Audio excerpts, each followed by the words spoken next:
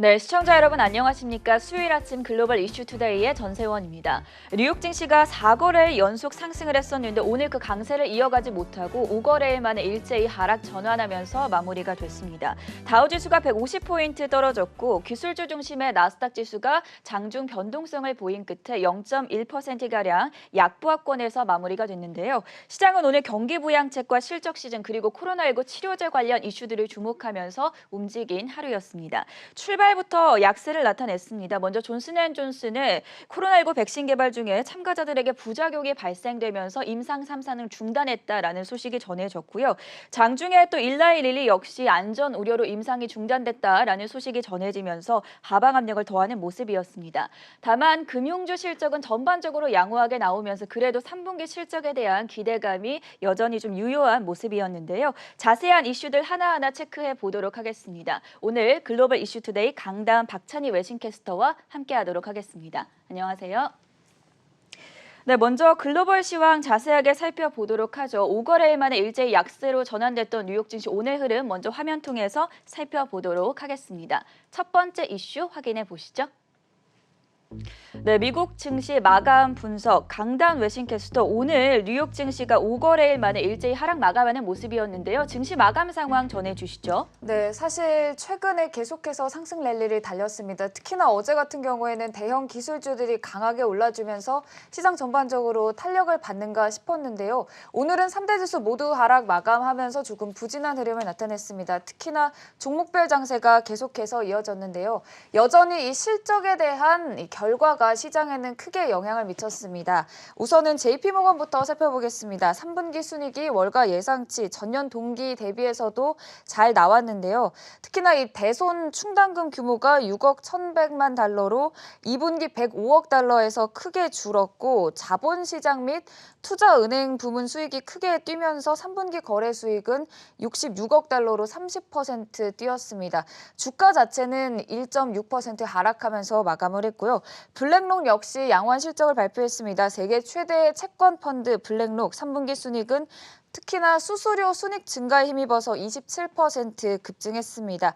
유럽과 아시아 고객의 장기 투자금이 총 유입된 자본의 50%를 차지할 정도로 큰 비중을 차지했는데요. 오늘 종가 기준으로 3.9% 상승 마감했습니다.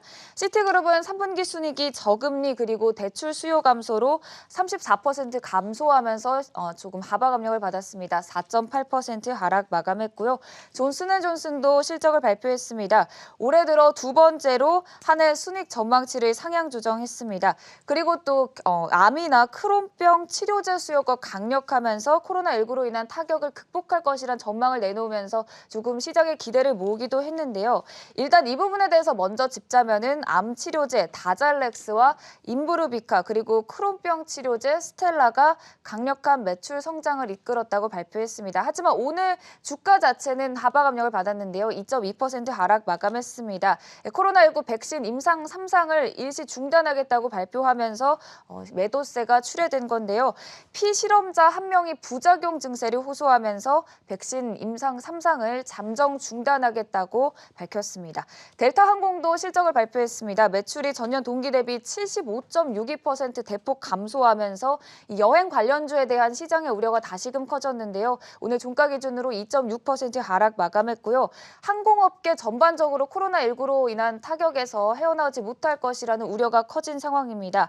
여행 관련주 전반적으로 하방 압력 받은 가운데 시장 전반적으로는 이 항공업계 그리고 여행 관련 업계가 2분기에 이어서 3분기까지 조금 크게 타격을 받을 것이라고 바라보고 있는 상황입니다.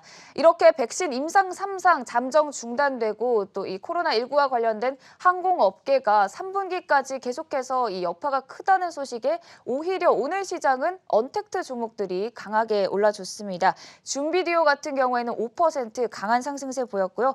페이팔 역시 꾸준한 상승세 이어지고 있습니다. 오늘 종가 기준으로 3% 상승 마감했고요.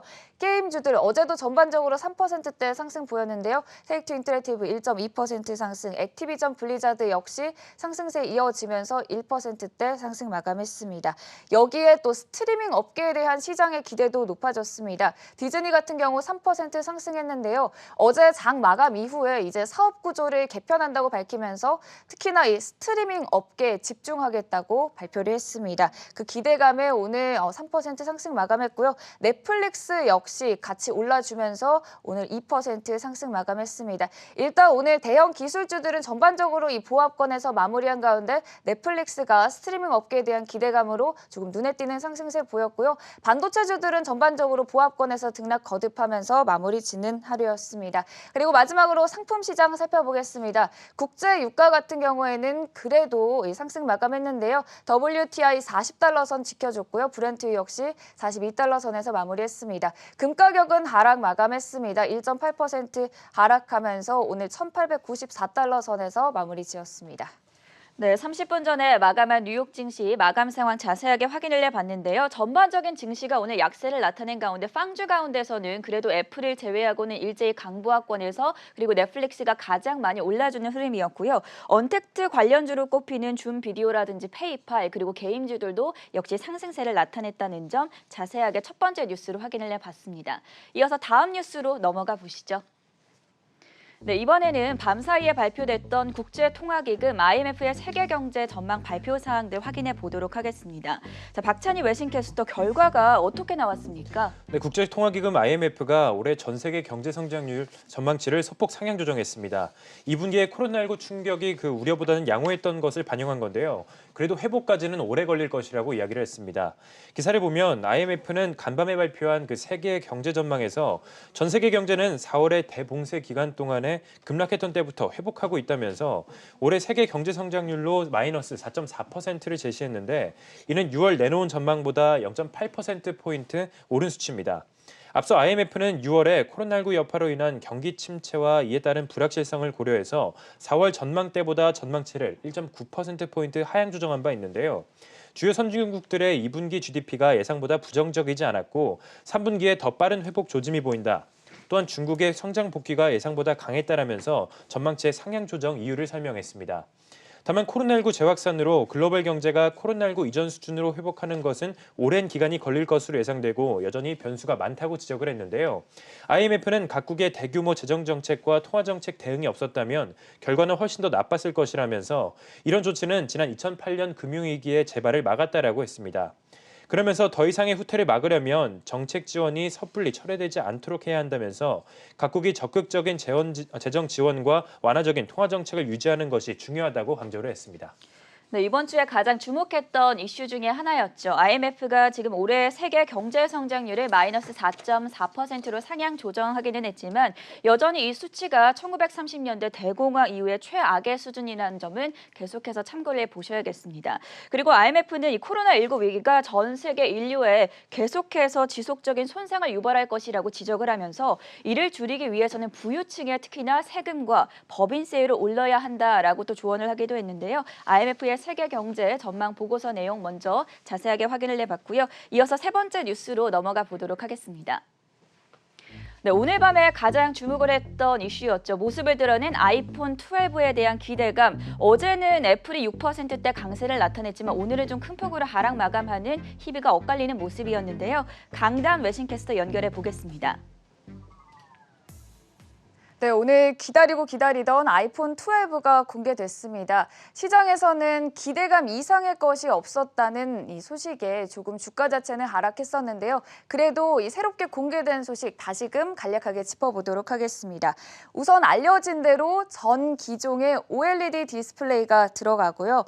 5G 가운데에서도 미국의 버라이즌과 협업해서 밀리미터파 서비스인 버라이즌 5G 울트라 와이드밴드를 제공하기로 했습니다. 미국 내 60개의 도시에서 제공할 계획이라고 밝혀지는데요. 다만 시장의 기대를 모았던 120Hz 주사율은 지원되지 않는 것으로 확인됐습니다. 애플 아이폰 12의 공개 사항 중에 또 새롭게 추가된 내용들이 있습니다. 아이폰 12 프로의 경우에는 라이다 스캐너가 새로 탑재됐는데요. 이 부분은 AR 기능까지 누릴 수 있다고 합니다. 그리고 기존 맥 제품에 쓰였던 이 자석형 무선 충전 기술 맥세이프가 적용되고요. 모든 시리즈 제품 패키지에서 충전용 전원 어댑터와 유선 이어폰은 제외됩니다.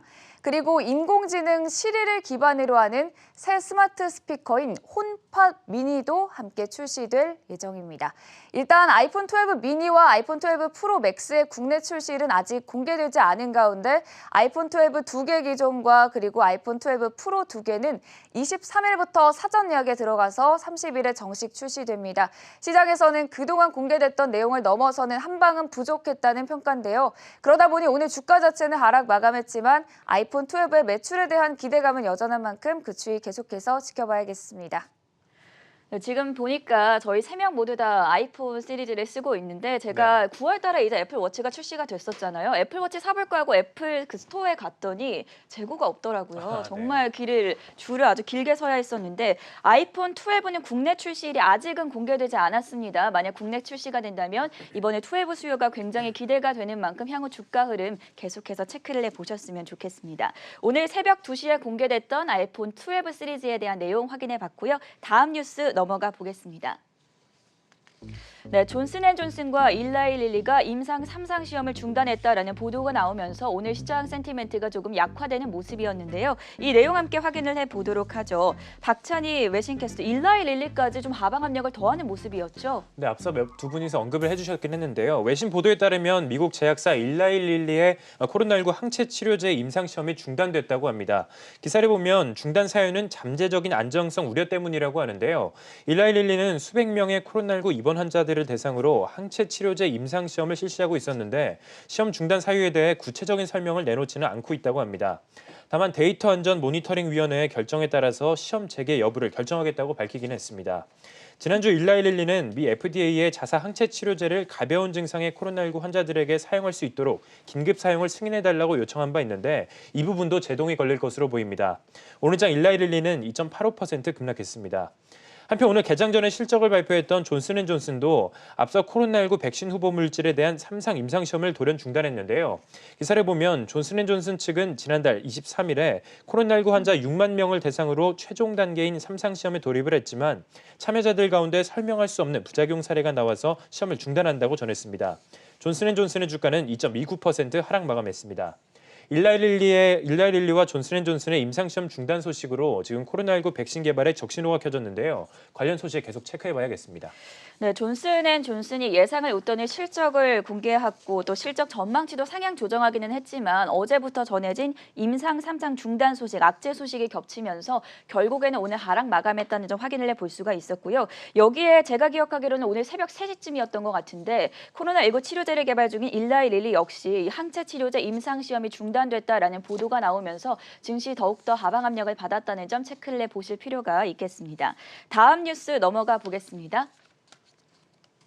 네, 빅테크주의 콜 옵션이 증가하고 있다. 어떤 내용인지 궁금한데요. 역시나 박찬희 외신캐스터가 준비했습니다. 네, 투자자들 사이에서 나스닥 고래가 다시 출몰했다는 그런 의견이 나오고 있습니다. 지난달에는 일본 IT 투자의 큰손 소프트뱅크가 뉴욕 증시 IT 대형주 주가 랠리의 배우로 지목이 되면서 월가의 조명을 받았었는데요. 최근 들어서 IT 종목들을 기초 자산으로 하는 옵션 거래가 다시 크게 늘어났다고 합니다. 시장 전문가들 사이에서는 소프트뱅크가 IT 대형주에 대한 콜옵션 거래를 재개한 것이라고 관측이 퍼지는 가운데 빵주의 파생 상품 거래가 다시 떠오르고 있다고 하는데요. 화면을 보면 소프트뱅크가 콜옵션으로 사들인 7종목을 확인할 수 있습니다. 아마존, 어도비, 그리고 알파벳, 넷플릭스, 세일즈포스, 마이크로소프트, 페이스북이 있습니다. 모두 시총이 높은 IT 대형주들인 것을 확인할 수 있습니다. 간밤 시코하그 옵션 거래소에 따르면 애플을 기초 자산으로 하는 옵션 거래 물량이 전날 400만 건에 달했다고 하는데요. 이는 애플이 상장된 이후 역대 최고치에 해당하는 거래량입니다. 특히 이날 옵션 거래는 주가 상승을 겨냥한 콜옵션에 집중이 됐습니다. 애플의 첫 5G 스마트폰인 아이폰 12 공개 행사를 하루 앞두고 투자자들이 주가 상승에 베팅한 것으로 보이는데요. 실제로 어제 콜옵션 거래가 급증한 가운데 애플의 주가는 6% 이상 급등하면서 124달러 선에 거래를 마친 바 있습니다. 어제째 애플의 급등세는 지난 7월에 애플의 액면 분할을 하겠다고 발표한 이후에 최대 규모였는데요. 다만 오늘은 증시가 전반적으로 하락을 하기도 했고 아이폰 12가 이제 시장의 기대를 충족시키지 못했다는 의견과 더불어서 차익 실현 매물이 나오면서 오늘장 2.65% 하락 마감했습니다. 네, 지난달에 일본의 IT 투자에 큰 손인 소프트뱅크가 뉴욕 증시 IT 대형주 주가 랠리의 배후였다라고 좀 지적을 받기도 하면서 월가에 조명을 받았었는데 이번에 또다시 투자자들 사이에서 나스닥 거래가 출몰하면서 콜 옵션 거래가 급증했다는 소식 전해드렸습니다. 다음 뉴스 확인해 보시죠. 네, 이번에는 WTO 쪽에서 EU 보복 관세가 가능하다라는 보도가 나왔습니다. 어떤 내용일까요? 역시나 박찬희 외신캐스터가 준비했습니다. 세계무역기구 WTO는 보잉사에 대한 미국의 보조금 지급을 둘러싸고 미국과 유럽연합이 벌인 분쟁에서 유럽연합의 손을 들어줬습니다. 기사를 보면 WTO는 유럽연합이 40억 달러, 우리 돈 4조 6천억 원 규모의 미국산 제품에 보복 관세를 부과할 수 있다고 판단을 했는데요. WTO는 121페이지 분량의 보고서에서 보잉사에 대한 미국의 지원을 국제무역 규정 위반으로 간주한다면서 40억 달러 규모의 관세가 규정 위반 정도에 부합한다고 설명을 했습니다. 이에 따라 유럽연합은 미국산 항공기를 비롯해 트랙터와 농작물, 담배 등의 추가 관세를 부과할 수 있을 것으로 보입니다. 미국과 유럽은 대형 항공기 제조사인 보잉과 에어버스에 대한 상대방의 보조금 지급을 둘러싸고 무려 16년 동안 분쟁을 벌여왔는데요. 이와 관련해서 WTO는 지난해 에어버스가 유럽 당국으로부터 보조금을 받았다면서 미국이 약 75억 달러 규모의 유럽산 제품에 보복 관세를 부과할 수 있도록 했습니다. 이에 미국은 와인과 치즈, 올리브 오일 등의 25%의 관세를 부과했고 에어버스에 대해서는 지난 3월 관세를 10%에서 15%까지 올렸습니다. WTO의 승인으로 이번에는 유럽연합이 미국에 대한 보복 관세를 부과하게 됐는데요. 양측의 관세 전쟁은 앞으로도 계속될 것으로 보입니다. 네, 오늘 시장에 영향을 미쳤던 주요 이슈들 자세하게 확인을 해봤고요. 마지막 시간으로 월가 브리핑 시간 넘어가 보도록 하겠습니다. 네, 오늘의 주제 화면으로 확인해 보시죠. 네, 월가 탑 애널리스트가 꼽은 강력 매수 종목들 준비했는데요. 박고은 외신캐스터 연결해 보겠습니다. 네, 월가의 심층 분석을 들여다보는 시간입니다. 오늘은 팁랭크스의 애널리스트 예측 서비스를 기반으로 월가의 최상위권 애널리스트들이 강력 매수 의견을 보이는 종목들에 대해 살펴볼 텐데요. 니드엠의 애널리스트인 브래드 에릭슨은 드래프트킹스를 선정했습니다. 에릭슨은 추천 종목별 평균 수익률 25.5%를 자랑하고 있는데요. 에릭슨은 온라인 스포츠 베팅과 도박이 미국에서 인기를 끌기 시작한 가운데 드래프트킹스가 수혜를 볼 것이고 장기적으로 관련 시장이 연간 420억 달러에서 580억 달러 규모가 될 것으로 예상하고 있습니다. 또한 드래프트킹스의 성장 잠재력과 높은 시장 점유율 그리고 선도적 플랫폼 기술을 바탕으로 실적이 예상치를 상회할 것으로 내다보고 있습니다. 현재 드래프트킹스의 주가는 51달러 수준인데요. 니드엠은 목표 주가를 70달러로 제시하고 있는 상황입니다. 다음으로 오펜하이머의 제이슨 헬프스타인 애널리스트는 미국의 전자상거래 플랫폼인 애쉬를 강력 매수 종목으로 추천을 했는데요. 헬프스타인은 추천 종목별 평균 수익률 34%를 자랑하고 있고 7천여 명의 애널리스트들 가운데 11위에 랭크되어 있습니다. 헬프스타인은 코로나19발 전자상거래 순풍이 마스크와 가정용품으로부터 다른 일상용품 거래로 이어지고 있다고 전하고 있는데요. 또한 애쉬의 3분기 모바일과 데스크톱 웹 트래픽이 2분기보다 가속화해서 작년 대비 62% 증가한 것으로 나타났습니다. 헬프스타인은 트래픽 증가와 구매 전환율의 관련성을 높게 보는 가운데 애쉬의 3분기 총 상품 판매액이 작년 대비 108% 성장할 것으로 전망하고 있습니다. 현재 애쉬의 주가는 153달러 정도인데요. 오펜하이머는 애쉬에 대한 목표 주가를 160달러 수준으로 제시하고 있습니다. 마지막으로 RBC 캐피털의 애널리스트인 알렉스 주키는 클라우드 통신 서비스 업체인 투일리오를 추천하고 있습니다. 주키는 탑 랭크스의 상위 6위 애널리스트로서 추천 종목별 평균 수익률 32%를 자랑하고 있는 상황입니다. 투일리오는 최근 애널리스트 데이를 개최한 가운데 실적 전망에서 향후 4년 동안 30% 이상의 매출 성장을 전망했는데요. 주킨 애널리스트는 투일리오가 엔터프라이즈 소프트웨어 시장에서 선도 기업이지만 아직 다른 경쟁사들에 비해 낮은 가격에 거래되고 있다며 관련 시장의 확장과 주요 메시징 비즈니스의 가속화 등에 힘입어 투일리오의 성장이 견고할 것으로 보고 있습니다. 현재 투일리오의 주가는 337달러 수준인데요.